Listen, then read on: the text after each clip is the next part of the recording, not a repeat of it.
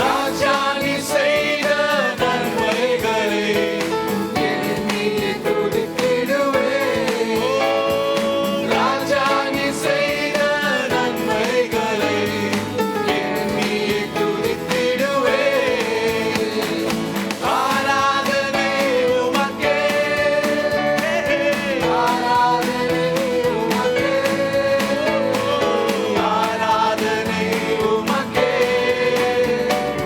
ஆராதனை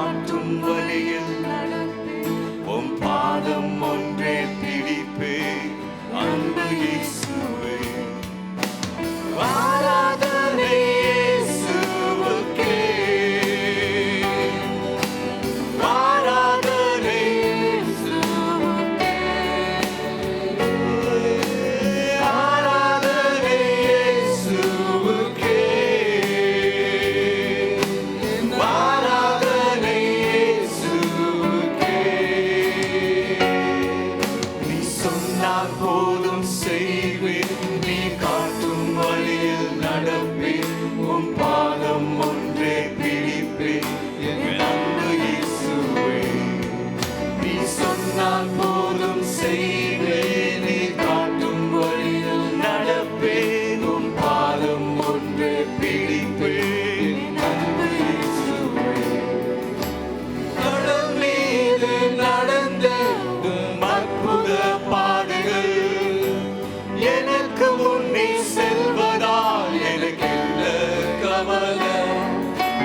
காற்றையும் கடலையும் அகற்றிய உம் அற்புத வார்த்தைகள் எந்த துணையாய் இருப்பதால் எனக்கு என்ன கவலை. கடல் மீது நடந்த உம் அற்புத பாதைகள். அற்புதத்தை செய்கிற அதே தேவனை தான் நாம் ஆராதித்துக் கொண்டிருக்கிறோம் இந்த காலவேளையில். எப்பேற்பட்ட புயலின் மத்தியில் இருந்தாலும் என் தேவன் அதை அகற்றி விட அவர் வல்லவராய் இருக்கிறார். எந்த துணையாய் இருப்பதால் எனக்கு இல்ல கவலை. ஆராதனை இயேசுவுக்கே, ஆராதனை இயேசுவுக்கே, ஆராதனை இயேசுவுக்கே, ஆராதனை இயேசுவுக்கே. நீ சொன்னால் போதும் செய்வேன், நீ காட்டும் வழியில் நடப்பேன், உம் பாதம் ஒன்றே பிடிப்பேன் என் அன்பு இயேசுவே. நீ சொன்னால் போதும் செய்வேன், நீ காட்டும் வழியில் நடப்பேன், உம் பாதம் ஒன்றே பிடிப்பேன் என் அன்பு இயேசுவே. பாதையெல்லாம் அந்தகாரம் சூழ்ந்து கொண்டாலும் பாதை காட்ட நீசருண்டு பயமே இல்லை. பாரோன் சேனை தொடர்ந்து வந்து சூழ்ந்து கொண்டாலும் பாதுகாக்க கர்த்தருண்டு பயமே இல்லை. பாதையெல்லாம் அந்தகாரம் சூழ்ந்து கொண்டாலும் எனக்கு பாதை காட்டுகிற நேசர் உண்டு. எந்த பயமும் இருக்க வேண்டாம். பாரோன் சேனை தொடர்ந்து வந்து சூழ்ந்து கொண்டாலும் என்னை பாதுகாக்கிற என்னுடைய தேவன் உண்டு. Thank you, Jesus. கரங்களை உயர்த்தி ஆராதனை இயேசுவுக்கே, ஆராதனை இயேசுவுக்கே, ஆராதனை இயேசுவுக்கே, ஆராதனை இயேசுவுக்கே, ஆராதனை. ஆராதனை இயேசுவுக்கே. அப்பா அப்பா இங்க வந்திருக்கிற யாவருடைய கண்களின் ஆண்டவரே, அவருடைய கண்ணீர்களை பார்ப்பீராக ராஜா. எப்பேற்பட்ட மலையான ஆண்டவரே சூழல் இருந்தாலும் ஆண்டவரே, அதே ஆண்டவரே நீங்க விலகி காக்காகிற தேவனாய் இருக்கிறீரே ஆண்டவரே, அதை முறியடிக்கிற தேவனாய் இருக்கிறீரே. உமக்கு நன்றி அப்பா. எதிர்காலத்தை குறித்து பயத்தோடு இருக்கிற பிள்ளைகளை ஆண்டவரே, இந்த கால வேளை ஆண்டவரே தொட்டு ஆண்டவரே உம்முடைய கிருபையால் ஆண்டவரை வழிநடத்த ஆண்டவரே, நாங்கள் அதை விசுவாசிக்க எங்களுக்கு மனதை தாருங்க ஆண்டவரே. நீ சொன்னால் போதும் செய்வேன், நீ காட்டும் வழியில் நடப்பேன், உம் பாதம் ஒன்றே பிடிப்பேன் என் அன்பு இயேசுவே. We want to announce this to the church. சபைக்கு நாங்கள் தெரிவிக்க விரும்புகிறோம். கடந்த திங்கட்கிழமை அன்று அப்போஸ்தலர் ஈப்ரேம் ஏப்ரஹாம் ஐயா அவர்கள் கர்த்தருக்குள் நித்திரை அடைந்தார்கள். சகோதரி எல்சாவுடைய தகப்பனார் இந்த இடத்துல வந்து அநேக ஊழியங்களை செய்திருக்கிறார். நம்முடைய சபைக்கு ஒரு மிகப்பெரிய ஒரு ஆசீர்வாதமாக இருந்திருக்கிறார். We also want to announce that Brother Jacob's dad went to be with the Lord last week. Continue to pray for these family. இந்த காலை வேளையில் கர்த்தருடைய வார்த்தையை கொண்டு வர தேவன் பாராட்டின கிருபைக்காக நன்றி செலுத்துகிறேன். I'm excited to share what God has laid in my heart for this morning. I'm going to share on the topic understanding and progressing in all the seasons of our life. நம்முடைய வாழ்க்கையின் எல்லா காலங்களிலும் அந்த காலங்களை நாம் புரிந்து கொண்டு அந்த காலங்களில் மத்தியிலே நாம் தொடர்ந்து முன்னேறி செல்லுகிற காரியத்தை உங்களோடு கூட பகிர்ந்து கொள்ள விரும்புகிறேன். Can I hear an amen? Everything that has happened, particularly the last year, கடந்த வருஷம் நடந்த அநேக காரியங்கள், it has taught a lot of things to us. ஒத்துக்கொள்வோமா? It has taught who we are. It has taught how fragile our environment is. நம்முடைய சூழ்நிலைகள் எந்த அளவுக்கு பலவீனமாக இருக்கிறது, கர்த்தர் எப்படி எங்களை பலப்படுத்துவார் என்று கடந்த ஆண்டுகள் நடந்த காரியங்கள், அநேக காரியங்கள் நமக்கு பெரிய காரியங்களை கற்றுக் கொடுத்திருக்கிறது. And as we slowly creep and settle into this new year, we are expecting this year to be a different one. இந்த ஆண்டு ஒரு வித்தியாசமான ஆண்டு, ஒரு அர்த்தமுள்ள ஒரு ஆண்டு, ஒரு தீமைக்கு என்று ஆண்டல்ல, நன்மைக்கு ஏதுவான ஆண்டா இருக்க வேண்டும் என்று எல்லோரும் எதிர்பார்த்து தான் இந்த ஆண்டுக்குள் நுழைந்திருக்கிறோம். And I believe it is time we intentionally take time to understand the season each one of us are in. நாம் ஒவ்வொருவரும் இருக்கிற இப்பொழுது நான் இருக்கிற காலம் எப்படியா இருக்கிறது என்று நாம் அதை புரிந்து கொள்ள தேவன் நமக்கு இந்த காலவேளையில் உதவி செய்வாராக. இந்த இடத்துல கேட்டுக்கொண்டு இருக்கிற தேவ ஜனமே, we are different kinds of people in this place. We have children, we have youths, we have college going children, we have newly married couples, we have middle-aged people, we have older people. வயதான different walks of life people are in this place. வித்தியாசமான வயது நிரம்பின ஜனங்கள் இந்த இடத்துல இருக்கிறீர்கள். வித்தியாசமான குடும்பத்தின் பின்னணியிலிருந்து நாம் வந்திருக்கிறோம். வித்தியாசமான சூழ்நிலைகளை நாம் கடந்து சென்று கொண்டு இருக்கிறோம். We are of different profession, we are of different business, we are of so much of different things. We are different in our ability. நம்முடைய தன்மையிலே வித்தியாசமாக இருக்கிறோம், நம்முடைய சிந்தனைகளிலே வித்தியாசமாக இருக்கிறோம், நம்முடைய அணுகுமுறை, நம்முடைய செயல்முறையிலே வித்தியாசத்தை நாம் காண்கிறோம். There is a difference in our style, and since all of us approach life from a different vantage point, we're going to see the different kinds of seasons in our life. நம்முடைய வாழ்க்கையிலே வருகிற வித்தியாசமான காலங்களை குறித்து நாம் பார்த்து இந்த காலங்களின் மத்தியிலே தேவன் என்னை எப்படி முன்னேறி செல்ல வேண்டும் என்று விரும்புகிறார் என்ற அந்த காலத்தை நாம் பார்க்க போகிறோம். ஒரு ஆமென் சொல்வோமா? In the beginning I want to say God controls the time and season. Can I hear an amen? தானியேல் 2ஆம் அதிகாரத்தின் 21ஆம் வசனத்திலே வாசிக்கிறோம், God controls the time and season. I want to lay that as our basis point before we go into the message. And Ecclesiastes chapter 3 we read, பிரசங்கி 3ஆம் அதிகாரத்தின் 2லிருந்து 8 வாசிக்கிறோம், a time for everything. If you carefully study that verses, it says a time to be born, a time to die, a time to plant and a time to uproot, a time to gather and a time to scatter, a time to keep and a time to throw away, a time to repair and a time to tear, a time to speak and a time to be quiet, a time to find and a time to lose, a time to build and a time to tear down, a time to laugh, a time to cry, a time to heal and a time to kill, a time to love and a time to hate, a time to dance and a time to grieve.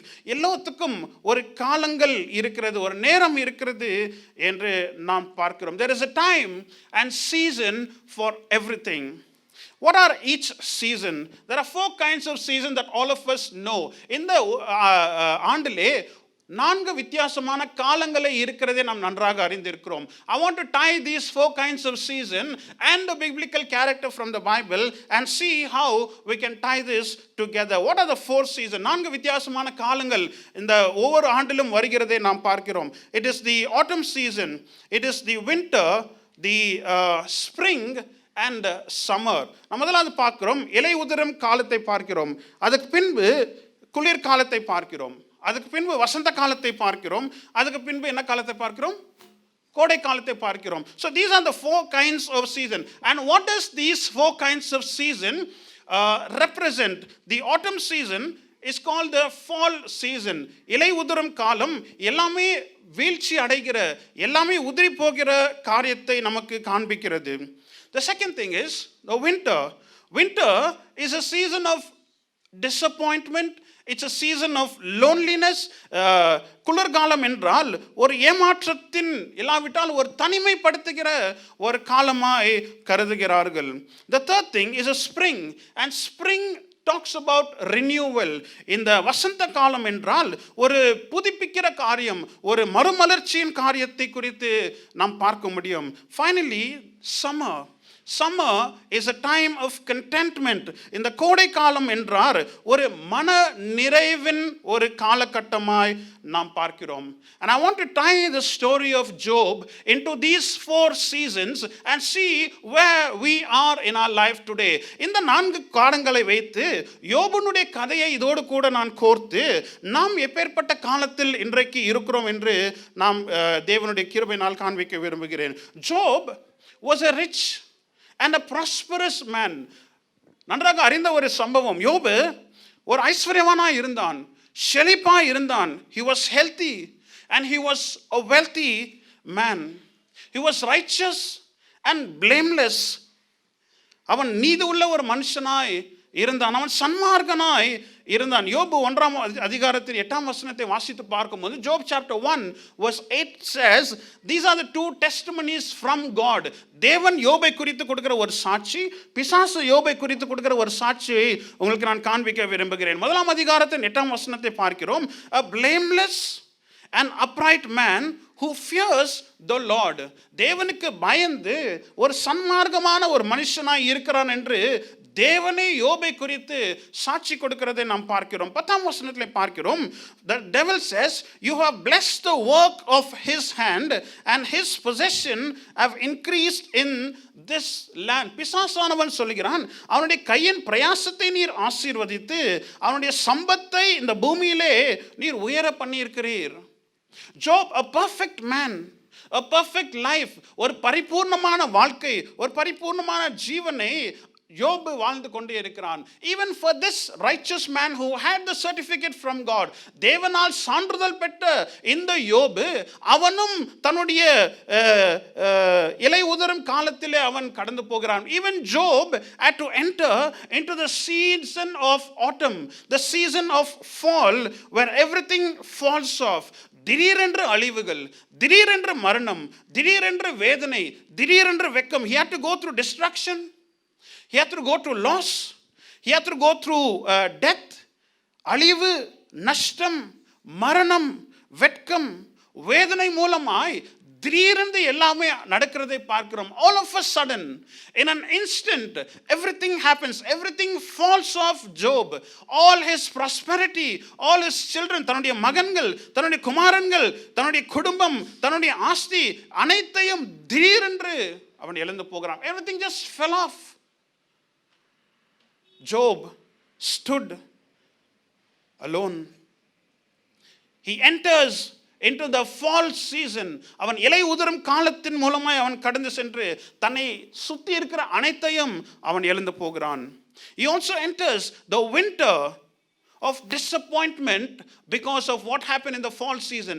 இந்த இலை உதிரும் காலத்திலே நடந்த காரியத்தின் நிமித்தமாக அவனும் அந்த குளிர் காலத்தின் சோர்வுக்குள், குளிர் காலத்தின் தனிமைக்குள் அவன் அகன்று போகிறதை நாம் பார்க்கிறோம். There was pain in his body, there was pain in his emotion.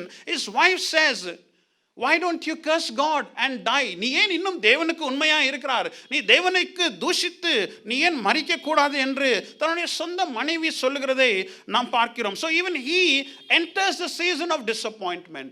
He enters the season of loneliness where his own wife disappoints or discourages him. He himself curses. வேதத்தில் வாசிக்கிறோம், தான் பிறந்த அந்த நாளை யோபு சபிக்கிறான். He says, I wish I couldn't have been born. நான் ஏன் பிறக்க வேண்டும், நான் ஏன் இப்பேற்பட்ட இந்த பூமியை நான் ஏன் பார்க்க வேண்டும் என்று தான் பிறந்த அந்த நாளை சபிக்கிறான் யோப். அந்த அளவுக்கு அவன் ஏமாற்றம், அந்த அளவுக்கு துயரம் அவனை அடைத்து கொண்டு இருக்கிறது. He was disappointed to such an extent where he cursed the day that he was born. And his inner circle, his close friends, தன்னை சுத்தி இருந்த நண்பர்கள், they came and they mocked at him. தன்னை ஏளனமாய் பேசுகிற நண்பர்கள், தன்னை குற்றம் சாட்டுகிறார்கள். Maybe you are the cause for this fall to happen.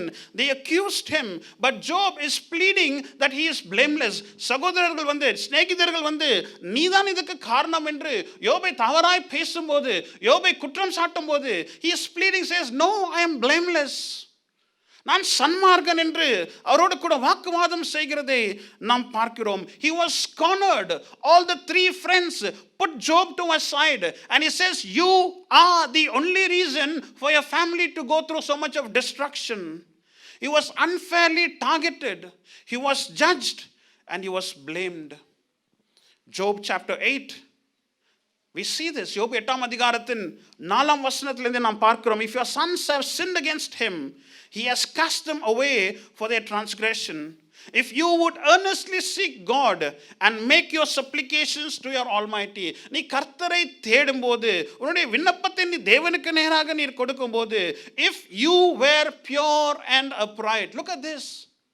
If you were pure and upright, நீ நீதிமானாய் இருந்து, நீ பரிசுத்தவானாய் ஒருவேளை இருந்திருந்தால் இவைகள் நடந்திருக்காது. ஆனால் தேவனே சான்றிதழ் தருகிறார், யோபை போல இந்த பூமியிலே ஒருவனும் இல்லை. There's no one like Job.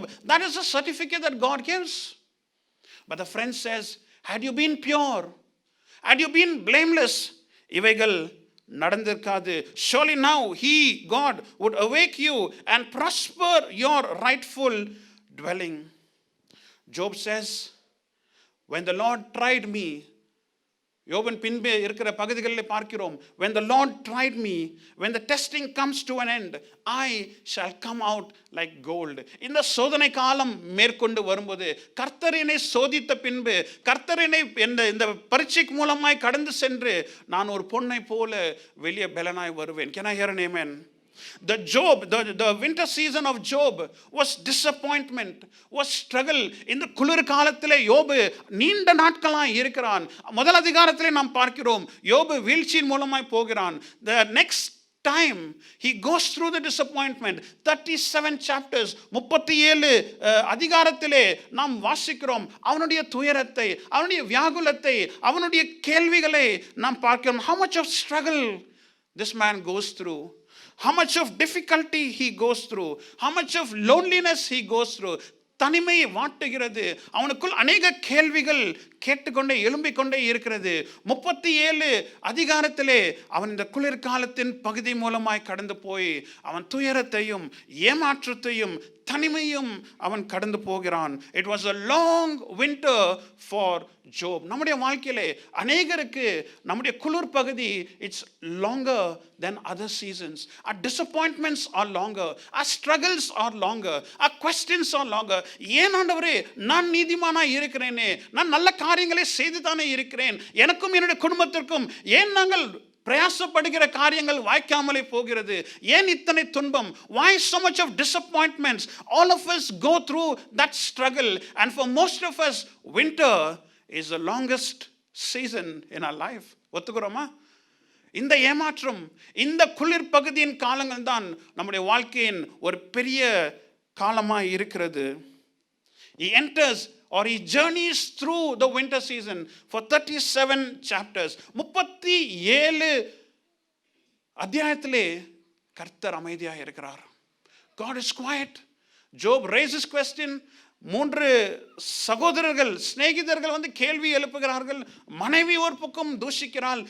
யோபு தனிமைப்படுத்தப்பட்டு அவன் 37 அத்தியாயத்தில் அவன் கேள்விகளை எழுப்பி, சந்தேகங்களை எழுப்பி, துயரங்களை எழுப்புகிறார். And God starts to talk only in chapter 28. 38ஆம் அதிகாயத்தில் தான் யோபு தன்னுடைய வசந்த காலத்துக்குள் பிரவேசிக்கிறார். காரணம் என்ன? தேவன் தன்னுடைய வாழ்க்கையில குறுக்கிட்டதுனால. ஒரு ஆமென் சொல்லுவோமா? He enters the spring of renewal.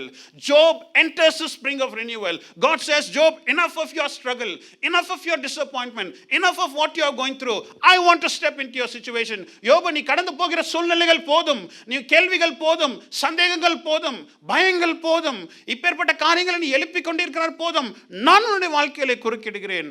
உனக்கு வசந்த காலத்தின் ஆரம்பத்தை நான் உனக்கு கொடுக்கிறேன் என்று ஆண்டவர் யோபின் வாழ்க்கையில குறுக்கிட்டு தேவன் பேச ஆரம்பிக்கிறார். I believe that God will step into our lives and bring the season or the spring of renewal in our lives. Can I hear an amen? Job goes through the season of renewal and immediately தேவன் குறுக்கிட்ட 38ஆம் ஆண்டு அத்தியாயத்தில் தேவன் குறுக்கிடுகிறார். 41ஆம் ஆண்டு அத்தியாயத்திலே Job goes through the blessings that God has. The summer of contentment, chapter 42, the summer of contentment, கோடை காலத்தின் மனநிறைவை யோபு 42ஆம் அதிகாரத்திலே அவன் பெற்றுக்கொள்கிறான். எப்பேற்பட்ட மனநிறைவு? இரட்டிப்பான ஆசீர்வாதம். ஒரு ஆமென் சொல்லுமா? ரெட்டிப்பான ஆசீர்வாதம். அந்த ரெட்டிப்பான ஆசீர்வாதத்தை அவன் பெற அவன் இந்த நீண்ட நாட்களாக 37 அத்தியாயத்திலே அவன் கடந்து செல்கிற காரியத்தின் மூலமாய் கடந்து சென்றுதான் ஆக வேண்டும். He had to go through that difficult period for 37 chapters before he could go through the blessings that he had. All of us go through a season of challenges in our life with various kinds. வித்தியாசமான காலகட்டத்திலே வித்தியாசமான சூழ்நிலைகள் நிமித்தமாய் எல்லோரும் சவால் நிறைந்த வாழ்க்கையின் பகுதிகளிலே நாம் போகிறோம். But if we keep complaining and do nothing about it, it doesn't help us. We got to fight the good fight. ஒரு ஆமென் சொல்வோமா? நல்ல போராட்டத்தை போராட தேவன் நம்மை அழைத்திருக்கிறார். ஆமென். கஷ்டங்கள் இருக்கிறது, சூழ்நிலைகள் இருக்கிறது, வித்தியாசமான காலங்களிலே நாம் கடந்து போகிறோம். இருந்தாலும் நல்ல போராட்டத்தை நாம் போராட வேண்டும் என்று தேவன் நம்மை அழைக்கிறார். ஒரு விரக்தியின் போராட்டம் அல்ல. It's not a battle of frustration, it's a battle of victory. ஒரு ஆமென் சொல்வோமா? We are not fighting for நாம் வெற்றிக்காக நாம் போராடுகிறதில்லை. தேவன் ஏற்கனவே வெற்றியை சம்பாதித்திருக்கிறார். அந்த வெற்றியை அடைந்து கொள்ளதான் நாம் போராடுகிறோம். ஒரு ஆமென் சொல்வோமா? 1 தீமோத்தேயு 6ஆம் அதிகாரத்தில் 12ஆம் வசனத்திலே நாம் வாசிக்கிறோம், fight the good fight of your faith, take hold of the eternal life to which you were called to. 1 தீமோத்தேயு 6ஆம் அதிகாரத்தின் 12ஆம் வசனத்திலே நாம் வாசிக்கிறோம், விசுவாசத்தின் நல்ல போராட்டத்தை போராடு. எல்லோரும் கரங்களை உயர்த்தி சொல்லுவோமா? விசுவாசத்தின் நல்ல போராட்டத்தை போராடு, நித்திய ஜீவனை பற்றிக்கொள், அதற்காகவே நீ அழைக்கப்பட்டிருக்கிறாய். நீ அழைக்கப்பட்ட நோக்கம் நல்ல போராட்டத்தை போராடதான். காலங்களை குறித்து கம்ப்ளைண்ட் பண்ணுகிறதுக்காக நாம் அழைக்கப்படவில்லை. ஒரு ஆமென் சொல்வோமா? There is difficulty. There is difficulty. There are unanswered questions. விடை கிடைக்காமல் கேள்விகள் இருக்கிறது. ஆனால் கேள்விகள் எழுப்ப நான் சந்தேகப்பட நான் அழைக்கப்படவில்லை. நல்ல போராட்டத்தை போராட தேவன் என்னை அழைத்திருக்கிறார். Learn to be the same in every season of our life. எல்லா காலத்திலும் நாம் சமநிலையாய் இருக்க நாம் கற்றுக்கொள்ள வேண்டுமாய் தேவன் நமக்கு சொல்லுகிறார். அப்போஸ்தலனாகிய பவுல் வாலிபனாகிய தீமோத்தேயுக்கு எழுதும் போது இதை தான் எழுதுகிறார். This is my main verse. Many times we hear this verse in a funeral service or when we are laid to rest. அடக்க ஆராதனையில் தான் இந்த வசனத்தை அதிகமாய் பேசப்படுகிறதை நாம் கேட்டிருக்கிறோம். 2 தீமோத்தேயு 4ஆம் அதிகாரம் 6-7 நாம் வாசிக்க கேட்போம். 2 Timothy chapter 4 verse 6 says, for I am already being poured out like a drink offering and the time for my departure is near. Okay, verse 7, I have fought the good fight, I have finished the race and I have kept the faith. நான் இப்பொழுது பானபலியாய் வார்க்கப்பட்டிருக்கிறேன். நான் தேகத்தை விட்டு பிரிய காலம் வந்துவிட்டது. நல்ல போராட்டத்தை போராடினேன், ஓட்டத்தை முடித்தேன், விசுவாசத்தை காத்து கொண்டேன். இதற்கென்றுதான் நாம் அழைக்கப்பட்டிருக்கிறோம். நாம் இந்த பூமியை விட்டு கடந்து சென்ற பின்பு இதன் மேல் நம்பிக்கை, இதன் மேல் கவனம் வைக்க வேண்டியதில்லை. When we are there, we need to say, I want to fight the good fight. I want to finish the race and I want to keep my faith. ஒரு ஆமென் சொல்வோமா? நான் நல்ல போராட்டத்தை போராட வேண்டும், நான் ஓட்டத்தை முடிக்க வேண்டும், நான் விசுவாசத்தை காத்து கொள்ள வேண்டும். யோபு தன்னுடைய வித்தியாசமான இக்கட்டான சூழ்நிலைகள் மத்தியில், the reason Job was able to sustain himself in all tough situation because Job did this three. Job fought the good fight, Job finished the race and Job kept his faith. Fight not necessarily means the battle sound. யுத்தம் என்றால், போராட்டம் என்றால் ஏதோ ஒரு யுத்த களத்தின் சத்தம் அல்ல. Sometimes we need to sit. Sometimes we need to rest in the Lord. தேவன் நமக்கு தருகிற இளைப்பாறுதலிலிருந்து நாம் காரியங்களை செய்ய வேண்டும். We need to operate in the rest that God gives to us in the midst of adversities. கஷ்டங்கள் மத்தியிலே, துயரங்கள் மத்தியிலே தேவன் நமக்கு தருகிற இளைப்பாறுதலை வைத்து நாம் காரியங்களை செய்ய வேண்டியதாக இருக்கிறோம். Sometimes we need to stand on the word. தேவனுடைய வார்த்தை மேல் நாம் உறுதியாக நிற்க வேண்டும். And we should not be moved by the situation or what you see around us. நம்மை சுற்றி இருக்கிற காரியங்களை பார்த்து, நம்மை சுற்றி நடந்து கொண்டிருக்கிற சம்பவங்களை பார்த்து, நாம் கேட்கிற செய்திகளை பார்த்து நாம் பயந்து போகக்கூடாது. நான் இந்த யுத்தத்தை, நான் நல்ல போராட்டத்தை போராடி கொண்டு இருக்கிறேன், தேவனுடைய வார்த்தையின் மேல் நான் நிற்க வேண்டும். ஒரு ஆமென் சொல்வோமா? I need to walk with God in obedience even when I don't understand what is happening in my life. என்னோட வாழ்க்கையில என்ன நடந்து கொண்டு இருக்கிறது என்று புரிந்து கொள்ள முடியாமல் இருந்தாலும் நான் தேவனோடு கூட கீழ்ப்படிதலோடு கூட நடக்க வேண்டும். அதுதான் நல்ல போராட்டம். ஒரு ஆமென் சொல்லுமா? Remember that our fight is not against flesh and blood. நம்முடைய யுத்தம், நம்முடைய போராட்டம் மாம்சத்தோடும் யுத்தத்தோடும் அல்ல.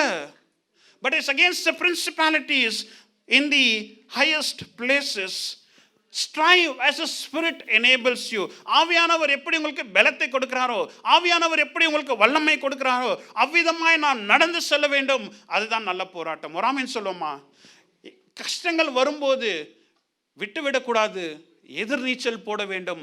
அதுதான் நல்ல போராட்டம். ஒரு ஆமென் சொல்லுமா? We need to swim. We need to swim against the tide. We need to move against the tide and say, God, I want to fight this good fight. இதை நான் எளிதாய் விட்டுற மாட்டேன். There are difficulty in my relationship. There are difficulty in my job. என்னுடைய வேலை செய்கிற இடத்துல கஷ்டங்கள் இருக்கிறது, என்னுடைய உறவுகளே கஷ்டங்கள் இருக்கிறது, என்னுடைய சரீரத்தில் பலவீனங்கள் கஷ்டங்கள் இருக்கிறது. ஆனால் நான் அப்படியே அமைதியாக இருக்க மாட்டேன். இதை நான் போராடுவேன். I will fight this out because எனக்குள் இருக்கிறவர் இந்த உலகத்தில் இருக்கிறவரை காட்டிலும் பெரியவர். ஒரு ஆமென் சொல்லுவோமா? Fight the good fight. The second thing is finish the race or finish the course. நல்ல ஓட்டத்தை முடிக்க வேண்டும். Finish the God given purpose that you and I have. தேவன் நமக்கென்று கொடுத்த இந்த நோக்கத்தை நாம் நிறைவேற்ற நல்ல போராட்டம், அந்த ஓட்டத்தை நாம் முடிக்க வேண்டும். I want us to take this down or remember what I'm going to say. I am here not just for me and myself, but my cause is greater than me. ஒரு ஆமென் சொல்லுமா? நான் இந்த இடத்துல இருக்கிற காரணம் நான் எனக்கென்று மட்டுமே இல்லை. நான் இருக்க வேண்டும், நான் சாப்பிட வேண்டும், நான் சம்பாதிக்க வேண்டும், நான் செட்டில் ஆக வேண்டும். நான் எனக்கென்று மட்டுமே இந்த பூமியில இல்லை. என்னை காட்டிலும் ஒரு பெரிய நோக்கத்துக்காகத்தான் தேவன் என்னை இந்த பூமியில வைத்திருக்கிறார். இதை நாம் புரிந்து கொள்ளும்போது என்னுடைய போராட்டங்கள் ஒரு பெரிய பொருட்டாக இருக்காது. Because my cause is greater than me, it is difficult to be me. என்னுடைய நோக்கம் என்னை காட்டிலும் பெரிதாக இருக்கிறதுனாலே நானாகவே இருப்பது ஒரு சவால் நிறைந்தவன்றாய் இருக்கிறது. We are called to fight the good fight. நல்ல போராட்டத்தை போராட நாம் அழைத்திருக்கிறோம். ஓட்டத்தை முடிக்க நாம் அழைத்திருக்கிறோம். மூன்றாவது, விசுவாசத்தை காத்துக்கொள்ள நாம் அழைத்திருக்கிறோம். ஒரு ஆமென் சொல்லுமா? This is the time for believers to be strong with whatever is happening around us. நம்மை சுற்றி அநேக காரியங்கள் என்ன நடந்து கொண்டு இருக்கிறது என்று தெரியாது. There is change in the political system. There is change in medicine. எல்லா பகுதிகளிலும் பெரிய மாற்றங்கள் இருக்கிறது. வாழ்க்கை எப்படிதான் இருக்குமோ என்று தெரியாது. இப்பேற்பட்ட கடினமான காலத்தில் தான் விசுவாசிகள் உறுதியாய் நிற்க வேண்டும். ஒரு பக்கம் கஷ்டங்கள், அநியாயங்கள் இருக்கிறது, என்ன நடக்கிறதோ என்று தெரியாமல் இருந்தாலும் மறுபக்கத்தில் தேவன் சொல்கிறார், இதோ சீக்கிரமாய் வருகிறேன். Let this bring that confidence in us and that we will keep our faith. In the Romans chapter 8 verse 18 says, I consider that our present sufferings are not worth comparing with the glory that will be revealed in us. இப்பொழுது தற்பொழுது இருக்கிற சூழ்நிலைகள், தற்பொழுது இருக்கிற உபத்திரங்கள் வரப்போகிற மகிமைக்கு ஒப்பிட்டு பார்க்கும்போது இது ஒன்றுமே இல்லை. தற்பொழுது இருக்கிற கஷ்டங்களை நினைத்து நாம் சோர்ந்து போக வேண்டாம். வரப்போகிற மகிமையை பார்த்து நம்முடைய விசுவாசத்தை காத்துக்கொள்வோம். ஒரு ஆமென் சொல்லுமா? Why fight? ஏன் நாம் போராட வேண்டும்? அந்த கேள்வியை எழுப்ப வேண்டும். ஏன் நாம் போராட வேண்டும்? Why to fight? There is a greater possibility for victory in fighting than being quiet. ஒரு ஆமென் சொல்லுவோமா? ஏன் போராட வேண்டும்? போராட்டத்தினாலே ஜெயம் பெறுகிற ஒரு பெரிய வாய்ப்பு இருக்கிறது. அமைதியா இருந்தால் ஜெயத்தை பெற மாட்டோம், போராடினால்தான் ஜெயத்தை பெறுவோம். ஒரு ஆமென் சொல்லுவோமா? You don't need anointing, you don't need special ability to give up, but you need special ability to hold on to what is there in front of you and move forward. Salvation and faith, நன்றாக கவனிங்கள். Salvation and faith is the visa that you hold for your citizenship in heaven for eternity. விசுவாசமும் ரட்சிப்பும் உங்களுடைய பரலோகத்தில் இருக்கிற நித்தியமான குடியிருப்புக்கென்று நீங்கள் வைத்துக் கொள்கிற ஒரு வீசாவாய் இருக்கிறது. And don't drop it halfway because of temporary problem. Youngsters, don't drop your faith, don't drop your salvation, don't drop your dependence on God because of a temporary problem, because things are not going your way, because certain things are going against you. Don't drop your faith. We are called to fight, we are called to finish, we are called to keep. நாம் போராடவும் முடிக்கவும் வைத்துக்கொள்ளவும் அழைக்கப்பட்டிருக்கிறோம். If I don't fight, I will be knocked down. நாம் போராடவிட்டால் என்னை கீழே தள்ளி விடுவான். ஒத்துக்கொள்கிறோமா? If I don't fight, I will be pushed down. If I don't run, I will be trampled. நான் ஓட்டத்தை ஓடாவிட்டால் என் மேல மிதிச்சின போயிடுவாங்க. And if I don't keep my faith, if I don't keep, I will be taken away. Fight the good fight in every season of your life. ஆமென் சொல்லுமா? வாழ்க்கையின் எல்லா காலங்களிலும் நல்ல போராட்டத்தை நாம் போராட தேவன் நமக்கு உதவி செய்வார். So what season of life are you in right now? நீங்கள் இப்பொழுது இருக்கிற காலங்கள் என்ன? எப்பேற்பட்ட காலத்துக்குள் நீங்கள் இருக்கிறீர்கள்? ஒருவேளை இலை உதிரும் காலத்தில் இருக்கிறீர்களா? Maybe autumn of hard times, கடினமான காலங்கள், இக்கட்டான சூழ்நிலைகள், நெருக்கி கொண்டு இருக்கிற காரியங்கள் உங்களுடைய கதவை தட்டி கொண்டே இருக்கிறதா? And is it difficult to comprehend the pain and sorrow you are feeling through? அதன் மூலமாய் வருகிற வியாகுலம், அதன் மூலமாய் வருகிற கஷ்டத்தினாலே நீங்கள் பாதிக்கப்பட்டு இருக்கிறீர்களா? Or maybe some of you find yourself in the winter of disappointment. Life has dealt you some tough blows. வாழ்க்கையிலே கடினமான காரியங்கள் உங்களை வந்து தாக்கி கொண்டே இருக்கிறதுனாலே நீங்கள் இந்த குளிர்காலத்தின் சோர்வுக்குள் ஒருவேளை நீங்கள் இருக்கலாம். You wonder if there is any more to it than life. இதை காட்டிலும் வேற ஏதாவது பிரகாசமான நன்மையான காரியங்கள் வருமா? இல்லாவிட்டால் இதுதான் என்னுடைய வாழ்க்கையின் பகுதியா? சோதனைகள், துன்பங்கள், கஷ்டங்கள், பண கஷ்டங்கள், சரீரத்தில் பலவீனங்கள், இது மட்டும்தான் என்னுடைய வாழ்க்கையா? இல்லாவிட்டால் இதை தாண்டி வாழ்க்கையில் அநேக நன்மையான காரியங்கள் வர வாய்ப்பு இருக்கிறா என்ற ஒருவேளை அந்த கட்டத்துக்குள் நீங்கள் இருக்கலாம். Or maybe some of you are in the spring of renewal. Hope is coming. ஒரு மறுமலர்ச்சி, ஒரு வசந்த காலத்தின் மறுமலர்ச்சியின் காலத்தில் ஒருவேளை நீங்கள் இருக்கலாம். இல்லாவிட்டால் சிலர் ஒரு கோடை காலத்தின் மன நிறைவிலே நீங்கள் பிரவேசித்து கொண்டு இருக்கலாம். My prayer is that God will bring that spring into your life and move you into the contentment of summer. ஒரு ஆமென் சொல்வோமா? அந்த வசந்த காலத்தின் புதுப்பித்தலுக்கு நேராக தேவன் நம்மை இந்த காலகட்டத்திலே அழைத்து ஒரு கோடை காலத்தின் மனநிறைவை நம்முடைய வாழ்க்கையிலே நீண்ட நாட்களாய் நாம் அனுபவிக்க தேவன் கிருபை தருவாராக. 5 facts about the seasons of life. நம்முடைய வாழ்க்கையின் கட்டத்திலே, நம்முடைய வாழ்க்கையிலே வித்தியாசமான காலங்களிலே 5 காரியங்கள் இதை சொல்லிவிட்டு 2 வசனங்களை வாசித்து விட்டு நாம் முடிக்க இருக்கிறோம். 5 facts about the season of life.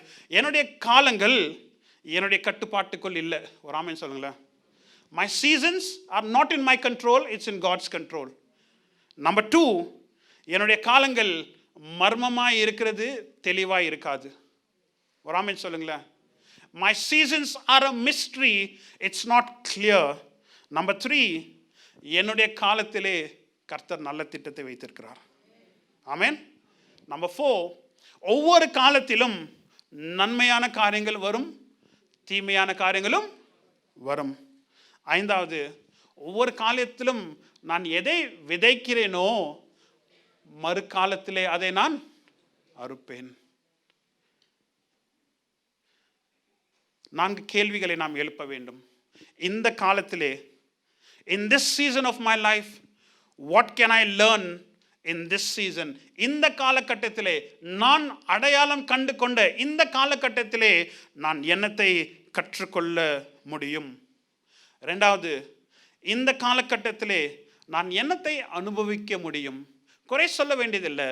In this season, what can I enjoy in this season? Rather than complaining about the bad, what can I enjoy in this season? ஒருவேளை நான் வயதாய் இருக்கிறேன், இந்த வயதான காலத்திலே என்னுடைய பலவீனத்தை குறித்து நான் குறை சொல்லி இருக்காமல் வயதான காலத்திலே அனுபவிக்கிற சந்தோஷங்கள் என்ன என்று நான் பார்க்க வேண்டும். What can I enjoy in this season? Number 3, what is my responsibility in this season? இந்த காலத்திலே என்னுடைய பொறுப்புகள் என்ன? Number 4, what can I do good to help people in this season? இந்த காலகட்டத்திலே நான் பிறருக்கு செய்கிற நன்மையான காரியங்கள் என்ன? இதை நாம் சுட்டி பார்க்கும்போது கர்த்தர் நமக்கு ஒரு நல்ல காலத்தை ஏற்படுத்துவார். What is the season you are going through this morning? இருக்கிற இடத்துல எழுந்து நிற்போமா? எப்பேற்பட்ட காலகட்டத்துக்குள் உங்களுடைய தற்பொழுது இருக்கல, இன்றைக்கு இருக்கிற காலகட்டம் என்ன? நம்முடைய காலகட்டங்களை பார்த்திருக்கிறோம். We have seen the seasons that our life has journeyed through. யோபு, ரூத், தாவீது, அநேக உதாரணங்கள் இதுக்குள் நன்றாக வர முடியும். They all went through this season. What is the season? நீங்கள் கடந்து போகிற இன்றைக்கு இருக்கிற காலங்கள் என்ன? கர்த்தருடைய காலங்கள் என்ன? நின்று கொண்டு இருக்கிற நேரத்திலே கர்த்தருடைய காலங்கள் என்ன என்று 2 வசனத்தை வாசித்து விட்டு நான் ஜெபிக்க விரும்புகிறேன். ஏசாயா 61 அதிகாரம் 2-3 நாம் வாசிக்கிறோம். Isaiah chapter 61 verse 2 and 3 says, "The Spirit of the Lord is upon me. He has anointed me to proclaim the acceptable year of the Lord and the day of vengeance." கர்த்தருடைய ஆவியானவர்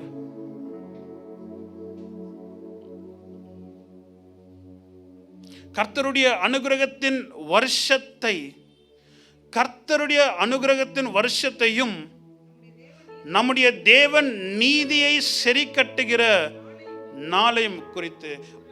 உங்களுடைய காலகட்டம் எப்படி இருக்கிறது தேவையில்லை. I don't know what is your season, but I definitely know what is the season of God. This is the favorable year of the Lord. கரங்கள் உயர்த்தி, ஆண்டவரே, இது கர்த்தருடைய அனுகிரகத்தின் காலம். கர்த்தருடைய அனுகிரகத்தின் காலம். என்னுடைய காலத்தை குறித்து நான் கவலைப்பட மாட்டேன். கர்த்தருடைய அனுகிரகத்தின் காலத்தின் மேல் என்னுடைய கவனத்தை நான் வைப்பேன். அந்த அனுகிரகத்தின் காலத்திலே கர்த்தர் என்ன செய்வார்? What does God do in his favorable year? He says this to console those who mourn in Zion. சியோனிலே துயரப்பட்டவர்களை சீர்பொருந்தவும். கரங்களை உயர்த்தி, ஆண்டவரே, சியோனிலே இருக்கிறேன், ஆனால் துயரப்பட்டு இருக்கிறேன், என்னை நீர் சீர்பொருந்த வேண்டும் ஆண்டவரே. He says to give beauty for their ashes. அவர்களுடைய சாம்பலுக்கு பதிலாக சிங்காரத்தையும் தருகிறார். ஒருவேளை சாம்பல் நிறைந்த வாழ்க்கையா, சாம்பல் நிறைந்த பகுதியா? கரங்களை உயர்த்தி சொல்லுவோம், ஆண்டவரே, சாம்பலுக்கு பதிலாக சிங்காரத்தை தாரும் ஆண்டவரே. The oil of joy for mourning. துயரத்துக்கு பதிலாக ஆனந்த தைலம். கேளுங்களேன், வாயை திறந்து கேளுங்களேன். ஆண்டவரே, துயரத்துக்கு பதிலாக ஆனந்த தைலத்தை தாங்க ஆண்டவரே. சாம்பலுக்கு பதிலாக சிங்காரத்தை தாங்க. தி garment of praise for a spirit of heaviness. ஒடுங்கின ஆவிக்கு பதிலாக துதியின் ஆடையை தருகிறார். ஏன்? that they may be called the trees of righteousness, the plantings of the Lord, that he may be glorified. அவர்கள் கர்த்தர் தம்முடைய மகிமைக்கென்று நாட்டின நீதியின் விருட்சங்கள் என்னப்படுவார். You are the plantings of God. கரங்களை உயர்த்துங்களேன், ஆண்டவரே, நான் உம்முடைய நீதியின் விருட்சம், நான் உம்முடைய நீதியின் விருட்சம். You are the planting of God, and God will send you because you are his planting.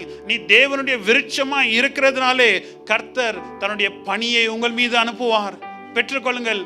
தேவனுடைய பனி வரட்டும், தேவனுடைய மழை பெய்யட்டும், கர்த்தருடைய மழை பெய்யட்டும். He will send the east wind.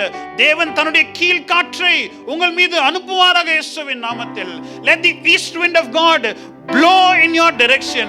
உங்களுடைய பகுதிகளிலே தேவனுடைய கீழ்காற்று வரட்டும். Let the spring of renewal of God's intervention come into your life. தேவன் உங்களுடைய வாழ்க்கையில குறுக்கிட்டு ஒரு வசந்த காலத்தின் மறுமலர்ச்சியை இப்பொழுது கொண்டு வருவாராக இயேசுவின் நாமத்தில். May you see the summer of contentment.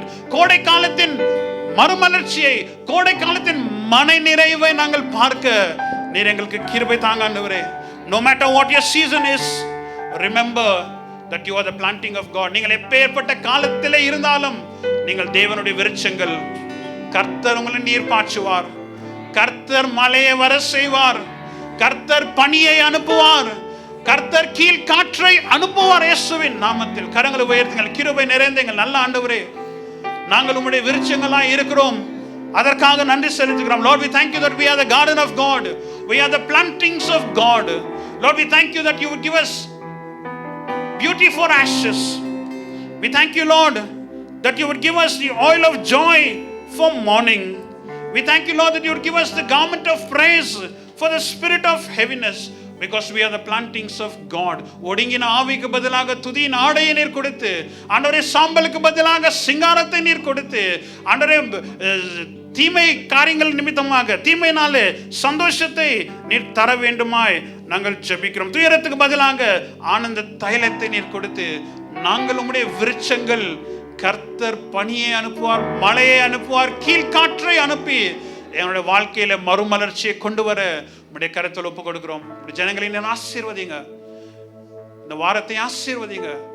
அவர்கள் போய்கொண்டே இருக்கிற காலங்களை நீர் ஆசீர்வதித்து, தேவனுடைய அனுகிரகத்தின் காலத்துக்குள் நாங்கள் வந்திருக்கிறோம் என்ற அந்த உறுதியான நம்பிக்கையை எங்களுக்கு நீர் தர வேண்டுமா நாங்கள் ஜெபிக்கிறோம். அந்த ஆசீர்வாதத்தோடு உடைய பிள்ளைகளை இந்த இடத்தை விட்டு நாங்கள் அனுப்புகிறோம். ஆசீர்வாதங்க பலப்படுத்து இயேசுவின் நாமத்தில் ஜெபிக்கிறோம் பிதாவே. ஆமென், ஆமென். கர்த்தராகிய இயேசு கிறிஸ்துவுடைய கிருபையும், பிதாவாகிய தேவனுடைய அன்பும், பரிசுத்த ஆவியானுடைய அந்யோன்ய ஐக்கியம், சந்தோஷம், சமாதானம் நம் அனைவரோடு கூட இன்றும் என்றும் இருப்பதாக. ஆமென், ஆமென். என் ஆத்துமாவே கர்த்தரை ஸ்தோத்திரி, என் முழுவதுமே பரிசுத்த நாமத்தை ஸ்தோத்திரி. என் ஆத்துமாவே கர்த்தரை ஸ்தோத்திரி, கர்த்தர் செய்த சகல உபகாரங்களை மறவாதே. ஆமென்.